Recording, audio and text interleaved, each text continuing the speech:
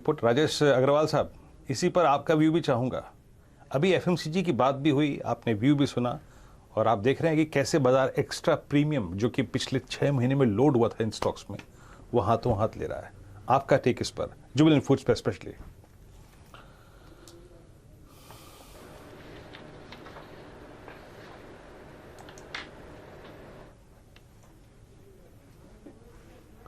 नहीं, अग्रवाल साहब लगा सुन नहीं पा रहे हैं अभी। चलिए कोई बात नहीं, दिक्कत की बात नहीं। यतिन थ्रू है क्या हमारे साथ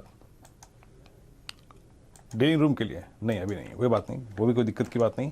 लेकिन जुबिलेंट फूड सिंक होता हुआ प्लीज पुट का प्रीमियम स्क्रीन पे लेके आइए। नाउ इट्स 2656 डे लो।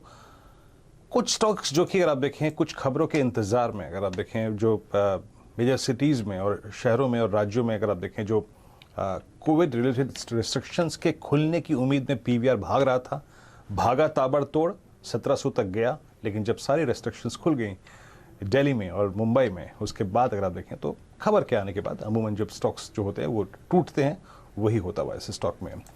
राजेश अग्रवाल जी हमारे साथ जुड़े हैं। Rajesh ji, look at Jubilant, look at PVR, look at I think HUL, Dabur, ये एक्स्ट्रा प्रीमियम जो लोड हुआ था लास्ट 6 महीने में, specially on stocks like Jubilant food, वो बाजार हाथों हाथ ले रहा है और डीआईएस की बाइंग आ रही है बहुत, लेकिन वो बहुत रीजनेबल वैल्यूएशंस को चेस कर रही है। वो कहीं भी अगर आप देखें खरीदारी नहीं कर रहे हैं और जुबिलेंट उसका एक सीधा उदाहरण है। आपका टेक इस स्टॉक पे, जुबिलेंट पे? आप पायर हैं अभी 2648 के प्राइस पे या फिर अभी सीरियस डैमेज बाकी है इसमें भी?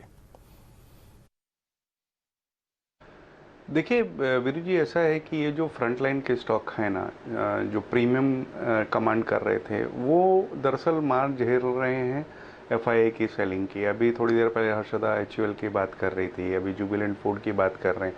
तो ये जो फ्रंट लाइन के काउंटर्स हैं, इनमें एक्चुअली में जो हुआ है वो मार झेल रहे हैं एफआईआई की सेलिंग की। और अभी ये कहना मुश्किल है कि ये कहाँ तक जाके रुकेगी एफआईआई की सेलिंग।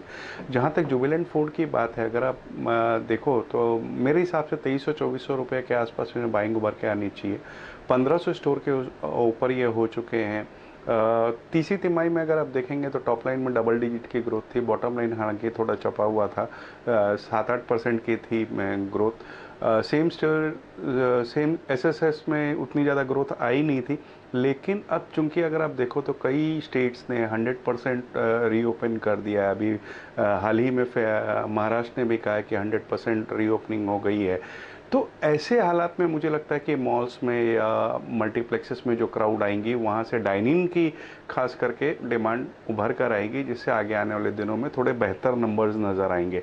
तो मेरा कहने का मतलब है कि 2400 के आसपास जुबिलेंट फूड हो या मल्टीप्लेक्सेस के स्टॉक जैसे कि आइनॉक्स है, जो कि उतने अच्छे परफॉर्म नहीं कर पाए हैं जितने कि पीवीआर ने किया है, तो मुझे लगता है कि वहाँ पर थोड़ी सी एक स्कोप बनता है खरीदारी करने का। वो भी मैं एक बार में खरीदारी करने की सलाह नहीं दूंगा, क्योंकि बाजार का मूड उतना अच्छा नहीं है।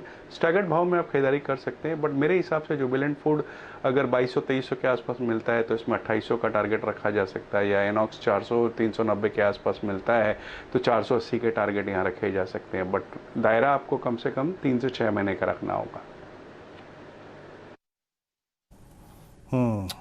दायरा 3 से 6 महीने का रखिए। और आपकी स्क्रीन पर आप देखें इस बीच निफ्टी 16287 पे, कुछ स्टॉक्स जो कि सिंक कर रहे हैं उसमें आप देखें टीवीएस मोटर्स 835 पे, सॉरी माफ कीजिएगा, टीवीएस मोटर्स डे लो पर कारोबार करता है 556 पर और इस जोन के लोवेस्ट ट्रैजेक्टरी पर आके ट्रेड करता हुआ। बाकी आईआरसीटीसी यहाँ पेन है, टाटा मोटर्स डे लो पर और साथ ही साथ एमएनएम डे लो पर। ऑटो बास्केट में एक सिवियर डेंट पड़ा है और अब तक का एक बेहतरीन स्टॉक रहा जो पिछले 7-8 सेशन में, टाइटन, वो भी बैकफुट पे आता हुआ।